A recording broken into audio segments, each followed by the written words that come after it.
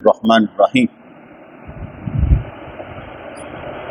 हज़रत मौलाना रूम रहमतुल्लाह अलैह मुख्तलिफ़ वाक़यात के ज़रिए, क़िस्सों के ज़रिए, कहानियों के ज़रिए, तसव्वुफ़ की बातों के ज़रिए से हमें रास्ता दिखाते हैं कि हमने कैसे अपनी अंदर को, बातन को बेहतर बनाना है। क्योंकि जिसने अपने बातन को बेहतर बना लिया वो अपने ज़ाहिर को भी बेहतर बना लेगा। बातन पर भी अल्लाह की नज़र, क्योंकि वही ज़ाहिर है, वही बातन है, इसलिए बातन पर भी अल्लाह की नज़र और हमारे ज़ाहिर पर भी अल्लाह की नज़र है। और हर मुसलमान को ज़ाहिर बा शरा होना चाहिए और बातन बा खुदा होना चाहिए। क्योंकि ज़ाहिर बा शरा का मतलब सामने वाला माहौल वो भी शरीयत के मुताबिक और अंदर वाला माहौल भी शरीयत के मुताबिक। जो ज़ाहिर वाला माहौल होगा वो भी शरीयत के मुताबिक और बातन वाला माहौल भी शरीयत के मुताबिक होगा। लोगों के लिए नहीं, अल्लाह के लिए। बहुत से कामों में हम सिर्फ बंदों को देखते हैं और अपना ज़ाहिर बेहतर बना लेते हैं। बहुत से कामों में हम लोगों को देखते हैं तो अपना बातन की अदाकारी करते हैं, कि अपने बातन को साबित करते हैं कि हम बेहतरीन हैं। लोगों के लिए नहीं, अल्लाह के लिए। और अल्लाह करीम बड़ा मेहरबान है, जो उसके रास्ते पर चलना चाहे तो उसे थप्पड़ मार के खुद ही सीधा कर देता है कि तू चलना चाहता है तो फिर सीधा कर देते हैं। या तो फिर बंदा इधर भागेगा या इधर भागेगा, लेकिन जो चलना चाहेगा उसे सीधा रास्ता मिल ही जाएगा। अब लोगों के लिए नहीं, अल्लाह के लिए। अब मिसाल उन्होंने दी कि एक मकतब के बच्चे, स्कूल के बच्चे समझ लें, एक मकतब के बच्चे, मदरसे के बच्चे उस्ताद की तरफ से ज़्यादा मेहनत की वजह से तंग हो गए कि उस्ताद जो है ना मेहनत बड़ी करवाता है और बच्चों का काम है कि आसानी ना कोई मसला हल कर दो। जैसे हमारा काम होता है कि या अल्लाह कोई बड़ा ही खजाना दे दे, एहो जा कोई टोटका मिल जाए कि असी वैसे ही लखपति करोड़पति होइए। दुनिया के मामले में हम बहुत तेज़ और आखिरत के मामले में, अभी हज करने जाना है ना, तो मैं सोच रहा था, अल्लाह के आगे अर्ज़ कर रहा था मैं कि या अल्लाह तेरा घर भी देखा, तेरे नबी का दर भी देखा, आंखें तो रोशन हुई, दिल रोशन नहीं हो रहा। तो ऐसी मेहरबानी हो कि आंखें रोशन हो तो दिल भी रोशन हो। क्योंकि आंखें तो रोशन हो जाती हैं ना अल्लाह का घर देख के, खुशी हो जाती है कि अल्लाह का घर देखा है, लेकिन दिल रोशन होना ये तो कमाल है ना।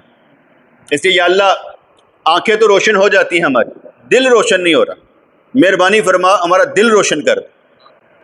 असल कमाल तो दिल का रोशन होना होगा, आंखों का नहीं।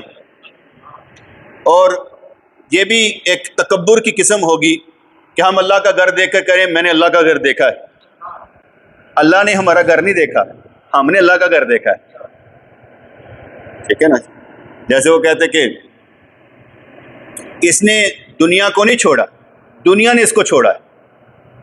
इसने दुनिया को नहीं छोड़ा, दुनिया ने इसको छोड़ दिया, तब रो रहा है। जब दुनिया किसी को छोड़ देती है तो बंदा बड़ा तंग होता है कि यार मुझे यार मेरे मुंह को नहीं लांदा। दुनिया किसी को छोड़ दे वो और बात है, किसी ने दुनिया को छोड़ दिया वो और बात है, वो परवाह ही नहीं करता दुनिया की। लेकिन जो दुनिया की परवाह करता है वो दुनिया के आगे रोना रोता है, दुनिया का रोना। इसलिए या अल्लाह आंखें तो रोशन हो गई, दिल रोशन कर दे, अपनी अनवार व तजल्लियात से हमारा दिल रोशन कर दे। सिर्फ बातें ही ना सुने बल्कि कुछ अंदर की बातें भी सुनने शुरू हो जाए। तो यहाँ पर उन्होंने कहा कि एक मकतब के बच्चे उस्ताद की तरफ से ज़्यादा मेहनत की वजह से तंग हो गए। उन्होंने मशवरा किया कि उस्ताद को किसी परेशानी में मुब्तला किया जाए। वो कह रहे थे कि उस्ताद को कोई बीमारी नहीं लगती ताकि हम चंद रोज़ काम की दुश्वारी से छूट जाएं।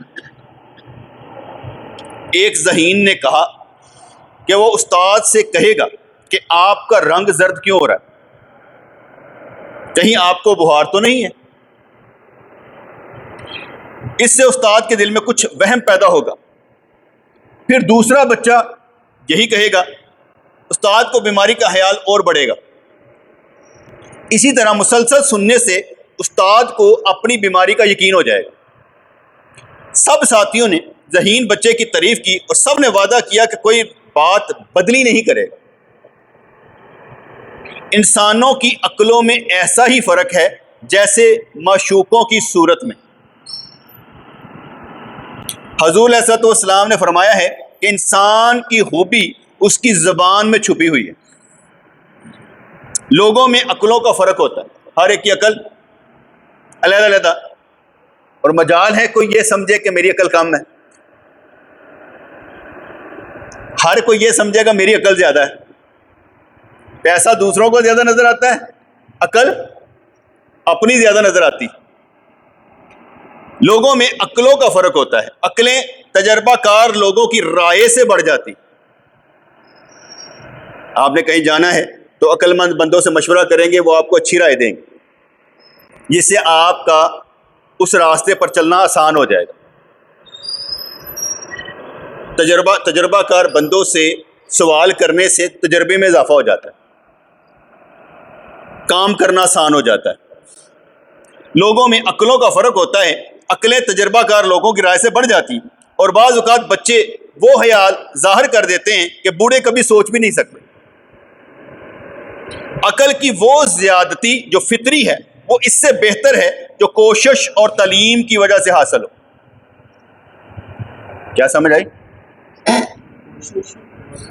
अकल की वो ज़्यादती जो फितरी है, कुदरती है, वो इससे बेहतर है जो कोशिश और तालीम की वजह से हासिल हो। जो फितरी तौर पर तेज़ होगा ना, वो पढ़ लिख कर नहीं, कुदरती तौर पर होगा।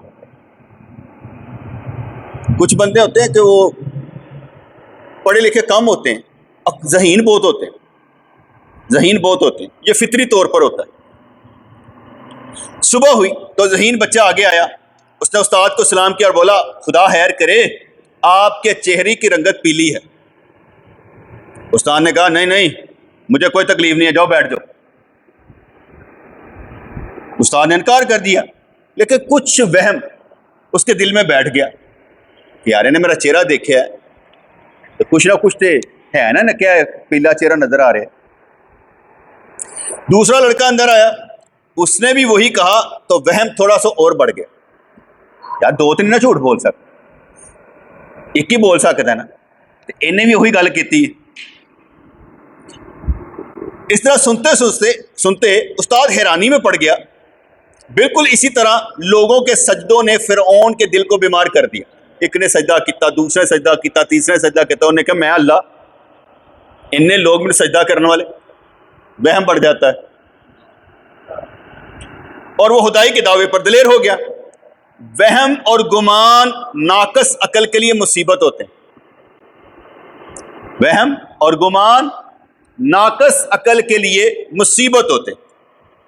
मैं फिर वही कहूंगा, कौन अपने आप नाकस अकल समझे? कौन समझे कि मेरी नाकस अकल है और मेरे लिए वहम और गुमान? जमीन पर 2 गज चौड़ा रास्ता हो तो इंसान इस पर आसानी से भाग सकता है, लेकिन अगर ऊंचाई पर 2 गज रास्ता हो तो उसे वहम होता है गिर पड़ेगा। जमीन, अब वहम दिमाग में होता है, रास्ता तो नीचे है, वो ऊपर है, अब वहम में चलना, लगता है गिर ना जाए। जमीन पर 2 गज चौड़ा रास्ता हो तो इंसान इस पर आसानी से भाग सकता है, लेकिन अगर ऊंचाई पर 2 गज रास्ता हो तो उसे वहम होता है गिर पड़ेगा, बल्कि चक्कर ही आ जाता किसी वक्त। ऐसे ही वहम ने उस्ताद को डरा दिया। उस्ताद ने कहा, ऐसे ही वहम ने उस्ताद को डरा दिया। वो घर आया और बीवी से लड़ने लगा कि तूने मुझे बताया ही नहीं, तुझे मेरा चेहरा देख के समझ नहीं आई। मुझे एक वाकया याद आ गया। मेरे साथ एक दोस्त काम करता था, मोहम्मद बूटा। वो बस पर जाता था शिदरे, सोए इत्तेफाक वो बस पर सवार होने लगा तो स्लिप हो गया, नीचे गिरा, उसका हल्का सा दांत पोरा सा बिल्कुल थोड़ा सा टूट गया। और एक आधी रगड़ भी उससे आ गई। दूसरे दिन वो आया, मैं उसका चेहरा बगौर देखा। मैं कहा तुझे कोई मसला है, कहीं गिरे हो? कहता वो यार कल ना बस पर सवार होने लगा तो स्लिप हो गया। गौर से देखने में पता चलता था कुछ हुआ है। यहां जिसको मुसलसल रोजाना बंदे ने देखना हो ना, तो उसको मुसलसल देख रहा होता है, इसलिए कहते कुछ तब्दीली है। लेकिन हुआ क्या, उसने मुझसे सुना, कहने का हाँ यार वो ना मेरे साथ ऐसे हो गया था। घर गया, बीवी से लड़ पड़ा। कहता वो मेरा दोस्त है दफ्तर का, उन्हें मैंने पहचान लेता मैं डिगा, ते तेनों नहीं नजर आया मैं डिगा? तू नहीं मैंने देखिया। यानी अपनी बीवी से घर जाके लड़ पड़ा। ये मैंने इसलिए बताया कि बाज़ औक़ात इंसान दोस्तों का चेहरा भी गौर से नहीं देखता। वो कई कहते हैं ना 3 days to see, Helen Keller की कहानी थी BA में शायद, तो वो कहते वो अंधी थी, हेलन केलर अंधी थी। ये उसका एक्चुअल है, औरत जिंदा थी हेलन केलर जिसकी वे वाक़या है, वो अंधी थी। वो कहती है कि मियाँ बीवी इकट्ठे रह रहे होते हैं, लेकिन दोनों को ये नहीं पता उसकी आंखों का रंग कैसा है। कभी उन्होंने गौर से, औरत ने अपने मर्द की और मर्द ने अपनी औरत की आंखें नहीं देखी होती कि जिससे पता चले कि उसकी आंखों का रंग कैसा है। कैसे कहते, कैसी अजीब सी बात है, आंखें हैं, अपनों की आंखों का रंग भी मालूम नहीं। वो आंखें क्या कि जो कुछ महसूस ही ना कर सके, वो आंखें क्या जो कुछ महसूस ही ना कर सके। कह लेकिन मैं अगर दरख्त को हाथ लगाती हूँ ना, तो मुझे पता लगता है ऊपर कोई परिंदा बैठा हुआ है। आंखों वालों को नजर नहीं आता, मुझे हाथ लगाने से नजर आ जाता है। कहते अगर मुझे 3 दिन मिल जाए तो मैं ये काम करूंगी। तो उसने अपना वाकया बयान किया। तो उसने जाकर अपनी बीवी से कहा, अजीब औरत हो, वो मेरा दोस्त है, मैं कल गिरा हूं, घर में रहा हूं, तूने नहीं मुझे कहा कि तुझे कोई चोट लगी हुई है। उधर गया हूं तो उसने पहली नजर में कहा कोई मसला है, तुझे चोट कैसे लगी है? यहां पर उस्ताद घर गया और बीवी से लड़ने लगा, तूने मुझे आगाह नहीं किया। बीवी ने पूछा, आप इतनी जल्दी आए क्यों, मसला क्या हुआ? उस्ताद ने कहा, क्या तू अंधी है? मेरी रंगत और हालत देखकर बच्चे गैर होकर मेरे लिए रो रहे हैं और तुम्हें ख्याल ही नहीं है। अब वो बच्चे तो ड्रामा कर रहे थे, उन्हें क्या उस्ताद को जान के साथ छुड़ानी है, इसलिए उन्होंने शक पैदा कर दिया उसके अंदर के तुम्हारा। ये बड़ा आसान होता है। देखिए आपकी एक उम्र है, मेरी उम्र 55 साल है, लाजमी बात है कि मैं वो ताकत तो नहीं रखता जो 30 साल का बच्चा रखता है, जवान रखता है। मेरे अंदर वो ताकत नहीं होगी, मेरे अंदर वो ताकत नहीं होगी। अगर मुझे कोई परेशानी आ जाए तो उसका मतलब है मेरी ताकत कम है, मैं उसको नहीं संभाल सकूंगा। अब मुझे कहे तू को कमजोर हो गया, या मैं पहले से कमजोर हूं, अब नहीं हुआ, पहले से कमजोर हूं। वहम में नहीं फंसना, वहम में नहीं फंसना। अपने आप को बेहतर जज करने वाला होना चाहिए, अपने आप को बेहतर जज करने वाला होना चाहिए। तो यहां कहा गया, उस्ताद ने कहा, क्या तू अंधी है? मेरी रंगत और हालत देखकर बच्चे गैर होकर मेरे लिए रो रहे हैं और तुम्हें ख्याल ही नहीं है। मुझे जल्दी से बिस्तर बछा दे। बीवी ने बिस्तर बछा दिया, लेकिन उसके गलत वहम ने उसे परेशान कर दिया कि अगर मैं कुछ कहूंगी तो वो नाराज हो जाएगा कि मुझे घर से निकालना चाहती है। वो भी डर जाती है ना, हर कोई डर के कहता भाई तुम जो कह रहे हो ठीक कह रहे हो। यह डर का कारोबार पीरों को बहुत आता है। पीर भी डरा के रखते हैं, पंडित भी डरा के रखते हैं, पादरी भी डरा के रखते हैं। हर मजहबी पेशवा अवाम को डरा कर रखता है, उसका काम ही डर के कारोबार से चलता है। आप किसी के पास चले जाएं, किसी के पास चले जाएं, इल्ला माशाल्लाह वही कहेगा तुम्हें कुछ हुआ हुआ, तेरे घर कुछ होया ही, तेरे बीवी तो जादू हो गया, और पता कुछ कुछ चीजें कट के भी दिखा देगा, जाहिर भी कर देगा ये हुआ हुआ है। तजुर्बा शर्त में शामिल है। किसी के पास जाएं, वो आपको परेशान साबित कर देगा कि आप बड़े परेशान हैं। आप मेरे पास आए, मैं आपको कहूंगा वो कुछ नहीं हुआ, मैं आप में वहम डालूंगा ही नहीं, मैं आप में ताकत डालूंगा। अल्लाह के बगैर कुछ नहीं होता। अगर उन्हें दिती है तो फिर ठीक है, फिर सब्र कर दें। लेकिन कोशिश करांगे अच्छा करन दी, लेकिन सब्र करते हैं, इन्नल्लाह मा साबिरीन। लेकिन किसी के पास चले जाएं, वो यही कहेगा आपको कुछ हुआ हुआ है। कैसी ये बात है? ये बंदा बता सकता है कि तुम्हें कुछ हुआ हुआ है, ये नहीं कह सकता जो हुआ था मैंने निकाल दिया, ये नहीं कहेगा, क्योंकि ये करने के लिए उसने पैसे कमाने हैं। डर पैदा करेंगे तो वो पैसे निकालेंगे ना, वरना तुसी भी ऐसा जो पैसे नहीं कटते। क्यों डर दे बगैर पैसे कटोगे? डरोगे तो पैसा कटोगे ना।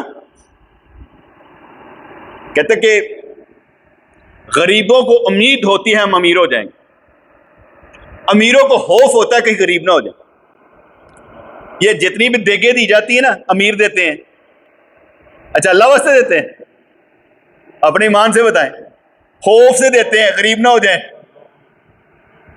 और बहुत से फैक्ट्रियों में हर माह देग दी जाती है, कहते हैं ना बरकत वास्ते, डरदे आसमान में कुछ हो ना जाए। जिस वक्त आपकी जेब का रुपया डर के मारे निकले तो समझ जाइएगा आप खौफजदा है। लेकिन मैं खुद भी हूं ना, कोई कितनी भी दर्द भरी आवाज में निकाल के कहना मुझे 1 रुपया दे दो, मैं नहीं देता। दर्द महसूस जरूर करता हूं, रुपया नहीं देता, क्योंकि मैंने कानून पास किया हुआ है पैसे उसी को देने जिसको मैं जानता हूं, पैसे उसी को देने जिसको दिल करे हाँ ये ठीक है, हर एक को नहीं देने। अब कानून, दर्द के मारे कानून बदल दूं मैं? और बट साहब, वो जब मुझे पीछे पथरी का मसला था ना, तो क्या कहते हैं, पता नहीं रेसकोर्स पार्क में थे, कहाँ थे हम खड़े, तो एक फकीर वो बैलून लेकर आ गया। भट्ट साहब ने बस देखो गरीब आदमी ने जेब में पैसे कट के देते। मैं कहा ठीक, मैं कहा तू मेरा कानून तोड़ दे, मैं तो नहीं तोड़ना। तरस आ जाता है ना बेचारे, कहीं बूढ़ा आदमी है, धूप में खड़ा है, दे देना चाहिए। क्या गरीबी खत्म कर दे, फिर गरीबी खत्म कर दे, वो नहीं होगी। किसी के लिए करना हो तो 5-10 रुपए का मसला नहीं होता, उसे पांव पर खड़ा करना चाहिए। तो कहा मुझे जल्दी से बिस्तर बिछा दे, बीवी ने बिस्तर बिछा दिया, लेकिन उसके गलत वहम ने उसे परेशान कर दिया कि अगर मैं कुछ कहूंगी तो वो नाराज हो जाएगा। अभी मैंने आपको एक पॉइंट बता दिया है, आपकी जेब के पैसे जब डर से निकले तो समझ लें आप अल्लाह वास्ते नहीं। एक डर अच्छा होता है, वो डर ये कि यार मेरी नमाज ना छूट जाए, ये डर अच्छा है, क्योंकि वो आपने बंदगी करनी है, कहीं बंदगी ना छूट जाए, वो डर अच्छा है कि अल्लाह के बंदे अल्लाह से डरते हैं, अपने फ़राइज़ पूरे होने चाहिए, ये डर अच्छा है, ठीक है। लेकिन वो डर जिससे हमारी जेब से कुछ निकले और हम डर के निकालें यार ना देता ना तो कुछ नुकसान ही ना हो। जैसे कई नशई आदमी आते हैं ना, जब अल्लाह ना देने तो मतलब बददुआ तो आ गई, तो मेरे जैसा इंसान हो कहेगा तेरी दुआ नहीं लगती, बददुआ कितों लगनी है, चल निकल, तेरी हुण मैं लाल अखां दे के डर जावां, चल निकल। वो बात समझ में आई नहीं? आपको क्या मैंने अल्फाज दिए हैं, और तेरी बददुआ नहीं लगती, तेरी दुआ क्या लगनी है, चल निकल, तो बददुआ देनी। अब वो मुझे बददुआ देना चाहता है तो दुआ करके आप क्यों नहीं मांग लेंदा? इन्हें ताकतवर है तो दुआ करके आप मांग ले। कई दफा लोग हमारा मजाक उड़ाते हैं ना। मिसाल है, एक स्पीकर लगा हुआ था और उसमें से ऐलान हो रहा था मस्जिद के लिए चंदा दो, मस्जिद के लिए चंदा दो, 1 दुनिया 70 आखिरत, 70 गुना इजाफा। एक बंदा पास से गुजरा, कहा अगर तू 1-1 रुपया पाए तो 70 गुना तो हो ही जाएगा, आप ही पा दे। उसने बात सही की है ना कि नहीं की? यार तू मस्जिद के लिए मांग रहा है ना, मस्जिद अल्लाह का घर है, ठीक है, अल्लाह अपना घर खुद बना लेगा, तू अल्लाह वाला बन जा, तू अल्लाह वाला बन जा। हम मस्जिद में जाते हैं, ठीक है, हम किसी को कहते हैं झोली फेरे, हम नहीं फेरते, बिल दे देते हैं ना, बिल दिए जाते हैं, हम किसी से लड़ते तो नहीं है, बंदे को कहते नहीं कि पैसे दे के जाओ भाई। यार जितना सबका है हमारा भी तो है ना। अगर कोई बंदा 11वीं शरीफ का चंदा मांगता है, 11वीं शरीफ का चंदा, तो पीर तेरा भी तो है ना। अपने माँ बाप के खत्म के लिए पैसा मांगता है तू, तो फिर आने पीर के लिए क्यों मांगता है? ना मांग। मिलाद के लिए चंदा क्यों मांगता है? नबी तेरा अकेले का नहीं है, जो खुशी तू है पूरी कर ले, दूसरों से मांग के क्यों करता है? तो मतलब समझ आए कि नहीं आए? तकसीम क्यों करते हो सब मेरा नबी को? तकसीम क्यों करते हो 11वीं शरीफ वाले को? तेरा है, खुद कर दे, खत्म दिलवा दे, उसके लिए सबसे मांगते हो, अपने माँ बाप के लिए तो नहीं मांगते। और माँ बाप से ज्यादा तो फिर नबी से प्यार होना चाहिए। जो करना है तो फिर उसके कर दे। ये क्या बात हुई मांग मांग के गुजारा करना? हमने कुछ तब्दीलियां जरूर की हैं समझाने के लिए सबको कि हमने ये किया है, ताकि लोगों को समझ आए ऐसे होता है। रूल चेंज किए ताकि मांगने की नौबत ना आए। हमने तकरीरों के पैसे नहीं लिए कि तकरीरों के पैसे दो भाई, एक तकरीर के 1000 रुपया लूंगा। हमने तकरीरों के पैसे अभी तो बैठे बैठे देख, यहां पर बैठ के दर्स ही दे रहे हैं ना। किस लिए दे रहे हैं? अगर मैं दर्स दे रहा हूं, आप लोगों के लिए दूं, आप कभी आते हैं कभी नहीं आते, आप कभी होते हैं कभी नहीं होते, मैं दर्स देता हूं ना। अगर मैं कहूं कि बंदे तादाद में ज्यादा हूं तो मैं दर्स दूंगा, यार आप आते क्यों नहीं? मैं तो कहता हूं आप ना भी हो, दर्स तो देता हूं ना। कभी मैं मूड नहीं होता, कभी ये नहीं होता, दर्स देता हूं कि नहीं देता? दर्स देता हूं। किसी के ना होने से भी दर्स दे रहा हूं, तो दर्स किसके लिए दिया? आप किसके लिए है? बच्चे आहिस्ता से वहां बैठ गए और खामोशी से सबक पढ़ने लगे, क्योंकि उस्ताद ने छुट्टी नहीं दी थी। ज़हीन बच्चे ने कहा, दोस्तों छुट्टी तो मिली नहीं है, असल काम तो पिया नहीं, उत्ते घर जाके लेट गया अंदर कमरे च। इंज ते ना चैन लैंदे हो, आराम ना कर, तो पढ़ते पे हो, उच्ची पढ़ो। दोस्तों सबक बुलंद आवाज से पढ़ो। उस्ताद का सर ऊंची आवाज से दर्द करने लगा। कितने ज़हीन बच्चे ने, खेलना आंदा उन्होंने। उसने बच्चों को छुट्टी दे दी। माओ ने बच्चों से घर वापस आने की वजह पूछी तो उन्होंने उस्ताद की बीमारी के बारे में बताया। माओ ने कहा खुद जाकर मालूम करेंगी, मगर यह मकर है या हकीकत। सुबह सब माएँ उस्ताद के पास पहुंची। उस्ताद बोला, मुझे खुद अपनी बीमारी के बारे में पता नहीं था, मुझे बच्चों ने बताया है, वरना ज्यादा मसरूफ रहने की वजह से मुझे अपनी बीमारी का पता ही नहीं था कि मैं बीमार हूं।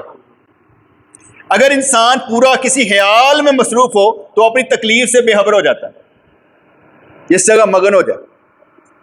जैसे मैंने आगे बताया था कि एक दफा हमारे पीर मुर्शिद रहमतुल्लाह अलैह का रसूली का ऑपरेशन था, यहां से बहुत बड़ा। तो आप ऑपरेशन करने लगे, शायद उन्होंने कोई टीका शीका लगाया होगा, बेहोश करना चाहते थे। आपने मैं कि तुम बेहोश ना करो मुझे, आपने जो चीर पाड़ नशा चलाना चलाएं।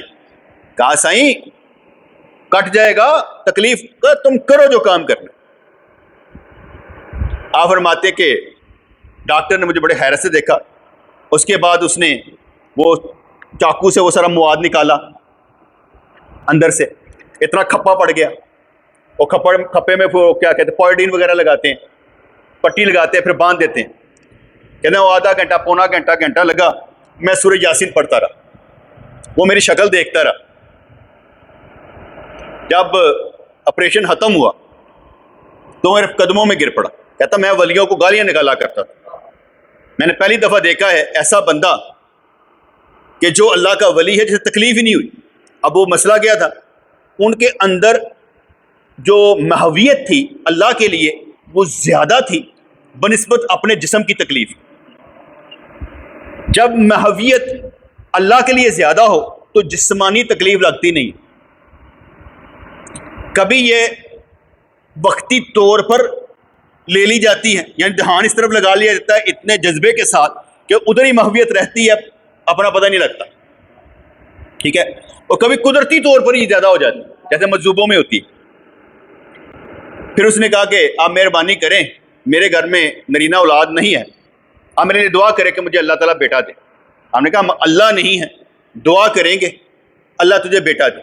और दोनों मियाँ बीवी, डॉक्टर लेडी डॉक्टर, उनको जिक्र बताया। कहते कि 9 माह बाद उनके घर में बेटा पैदा हुआ, और जब बेटा पैदा हुआ तो वो भी बेटा रोता नहीं था, अल्लाह अल्लाह इस तरह आवाज़ निकालता था। उन्हें रिकॉर्ड करके फिर साइयों को वो भेजी कि साईं आपकी दुआ से जो बेटा पैदा हुआ है वो भी रोते हुए जिक्र करता है। अब ये महवियत का बताया मैंने आपको कि जब महवियत होती है, तो इन्होंने ये बताया कि मुझे खुद अपनी बीमारी के बारे में पता नहीं था, मुझे बच्चों ने बताया है, वरना मसरूफ रहने की वजह से मुझे अपनी बीमारी का पता ही नहीं था। अगर इंसान पूरा किसी ख्याल में मसरूफ हो तो वो अपनी तकलीफ से भी बेखबर हो जाता है। मिस्र की औरतों ने अपनी जहनी मसरूफियात ही की वजह से तरंज की बजाय अपने हाथ काट लिया और उन्हें पता भी ना चला कि क्या काट रही है। कभी तकलीफ ही नहीं लगती, बाद में पता चलता हो ये क्या हुआ।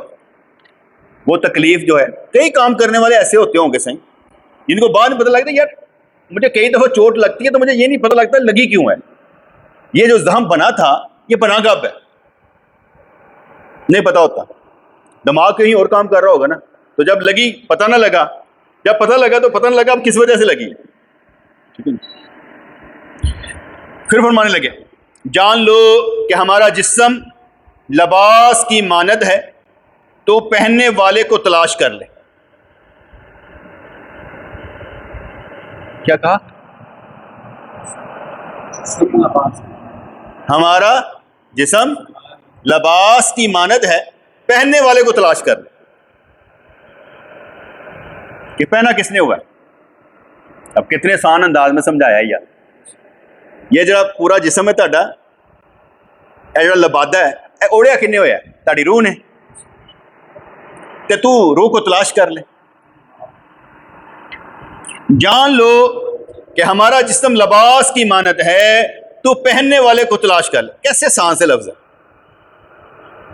कि जिन्हें तेरे पाया ओढ़िया उन तलाश कर ले। वैसे तो बंदा अपने जिस्म के लिए कपड़े पहनता है, अपने जिस्म के लिए कपड़े पहनता है, और बाज़ औक़ात कपड़े जिस्म के लिए नहीं पहनता, दूसरों को दिखाने के लिए पहनता है।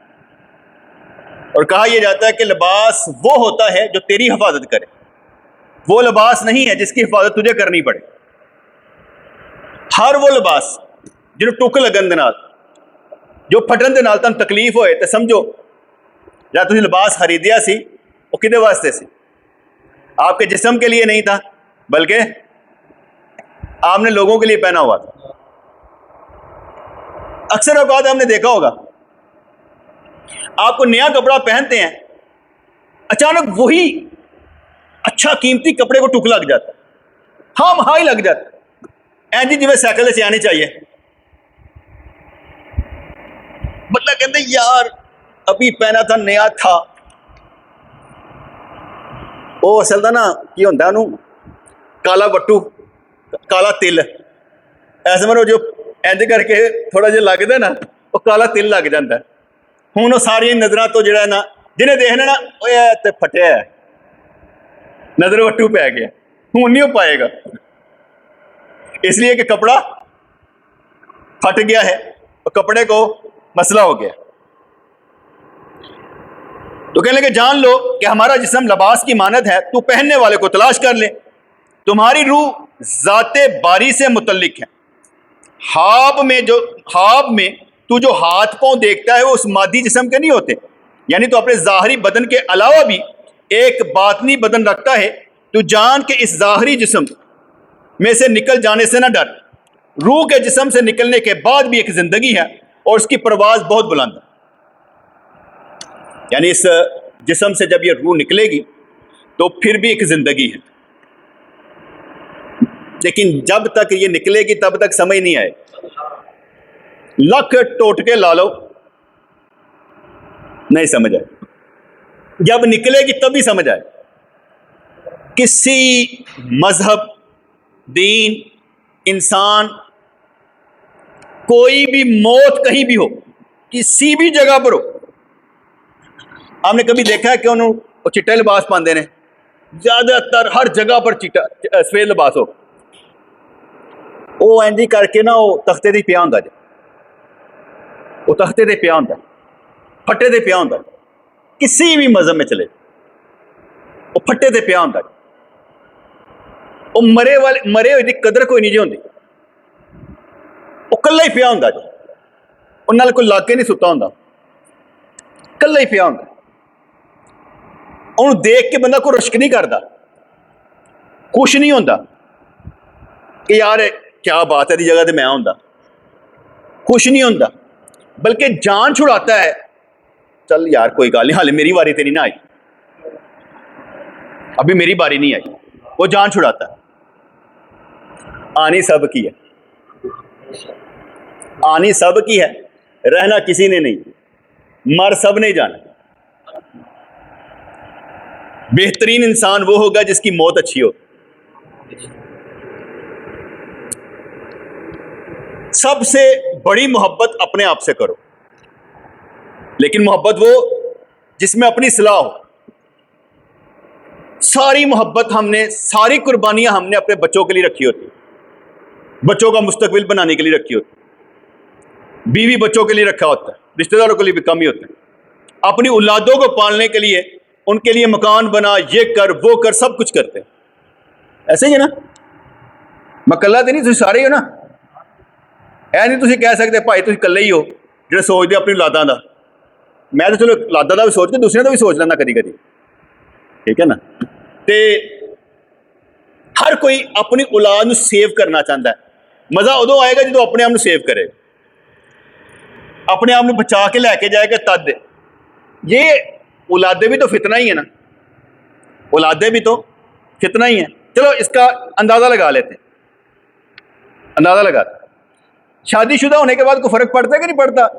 तुम्हारी शादी हो या तुम्हारे बच्चे की, फर्क पड़ता है? बच्चे की तवज्जो कुछ दूसरी तरफ होती है कि नहीं होती? हालात बदल जाते हैं ना जब शादी करें तो, हालात बदल जाते हैं। वो जो बेटे का सिस्टम होता है थोड़ा चेंज होता है ना, जब कन्वर्ट होता है बंदा कहता है यार की करता पे, टाइम जरा बदल जाता है ना। वो जो मोहब्बत होती है ना वो जरा क्या कहते हैं मुंतशर हो जाती है, बट जाती है, ठीक है। अल्लाह करे साडे दिल च बच्चों की मोहब्बत ना हो, क्योंकि जिनको हम पाला होता है ना बड़े होकर, फिर वो जब शादियां होती हैं फिर उनके बच्चे होते हैं ना, उनकी तवज्जो उस तरफ हो जाती। पहले हम सोचते हैं नहीं यार शादी करनी चाहिए, और मैं अपने पुत्र वास्ते वो नूह लभ के लियानी है जी, वो लभ के लिया, फिर कहता मैं की किया सी यार,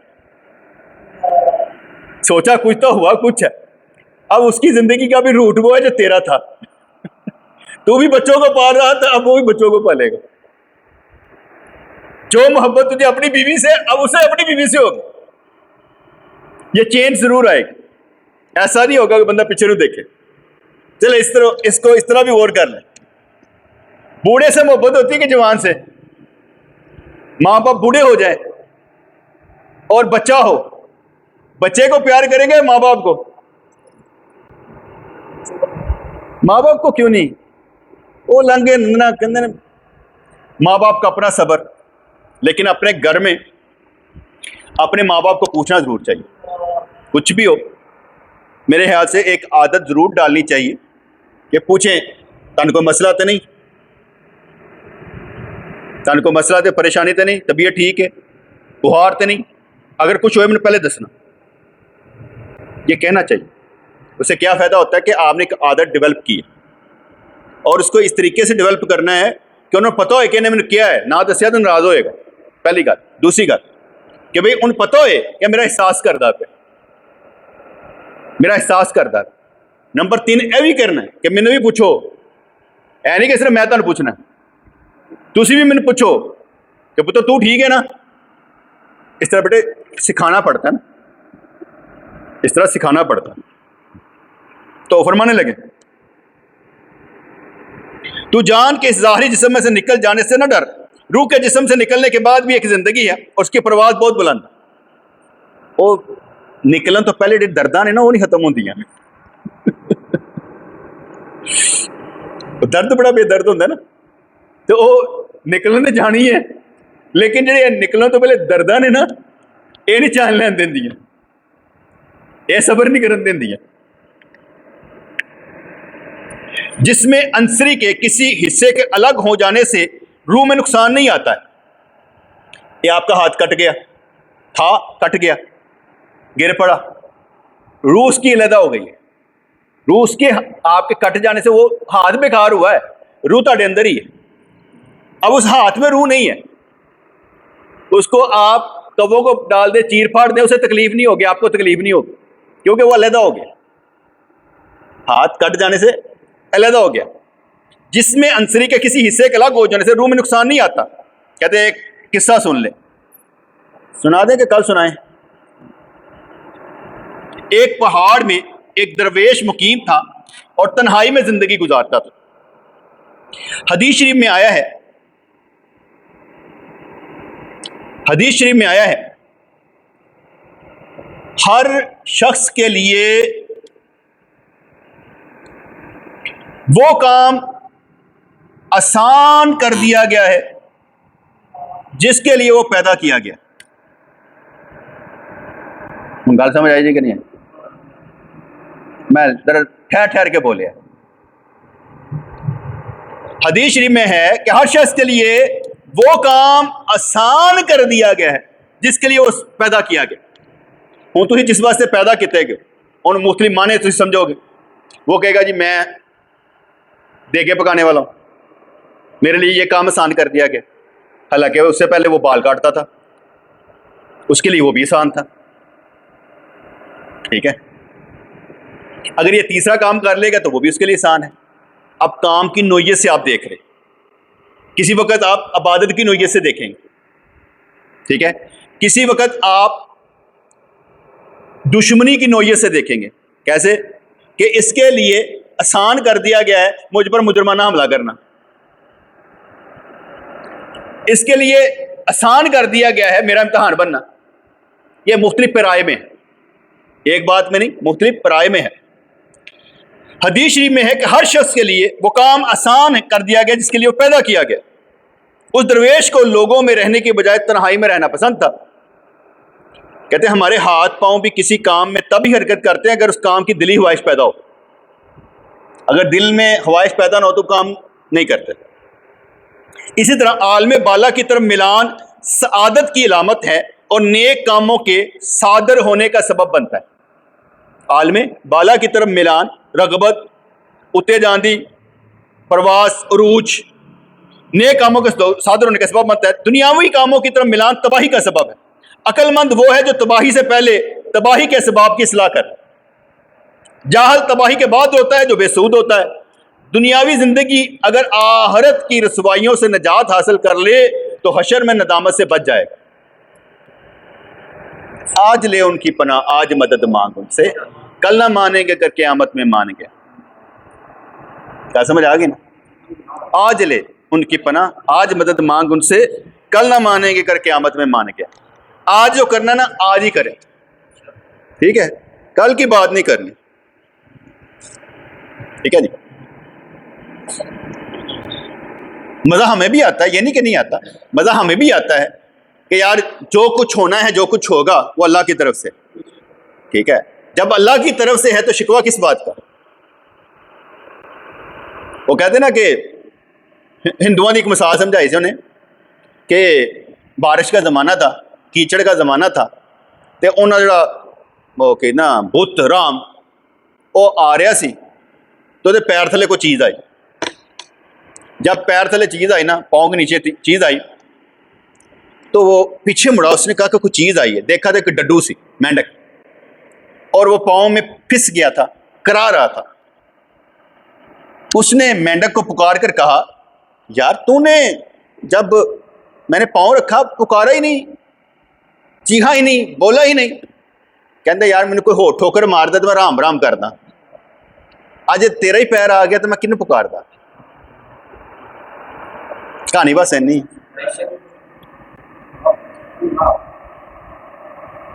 जो सब कुछ रब वाले हो तो की करिए, फिर गिला किसका? अब बंदा कहे कि यार ये रब की तरफ से नहीं है, अच्छा दसो कोई और भी है जे? लड़ाई बस यहां तक है कि हम रब की तरफ से नहीं समझते। लड़ाई इस बात की तरफ से है कि हम रब की तरफ से नहीं समझते, हम समझते बंदों की तरफ से।